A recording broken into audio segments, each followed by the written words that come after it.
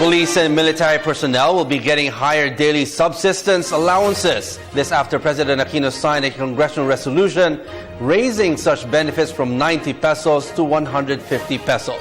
Elena Luna filed this report.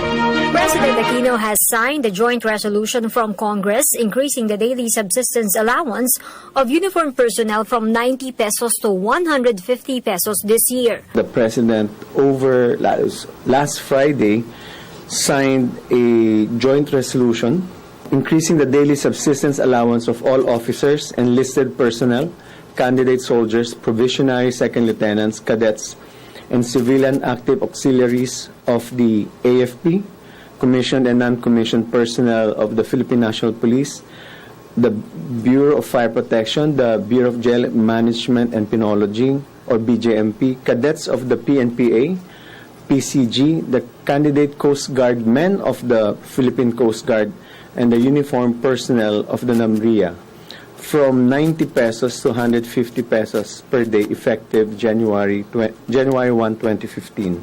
According to presidential spokesperson Edwin Lacerda, concerned government agencies are directed to immediately promulgate the rules and regulations necessary to implement the provisions of the resolution. In one of the whereas clauses, the current subsistence allowance of 90 pesos per day, it was stated, is no longer adequate to meet the basic needs of Filipino military soldiers and uniformed personnel of the DILG, DOTC-PCG, and DENR-NAMRIA in view of the increasing prices of basic commodities.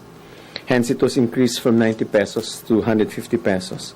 The official adds funding for the additional allowance this year will come from the savings of agencies, but for the succeeding years, it will be funded by the national budget. The amount necessary to implement the provisions of the resolution shall be charged against the savings of the DND, DOTC, DILG, and DNR-NAMRIA for the current year and/or the Miscellaneous Personal Benefits Fund or the MPBF. Thereafter, such amount as may be necessary for its continued implementation shall be included in the annual General Appropriations Act. For the People's Television, Elena Luna.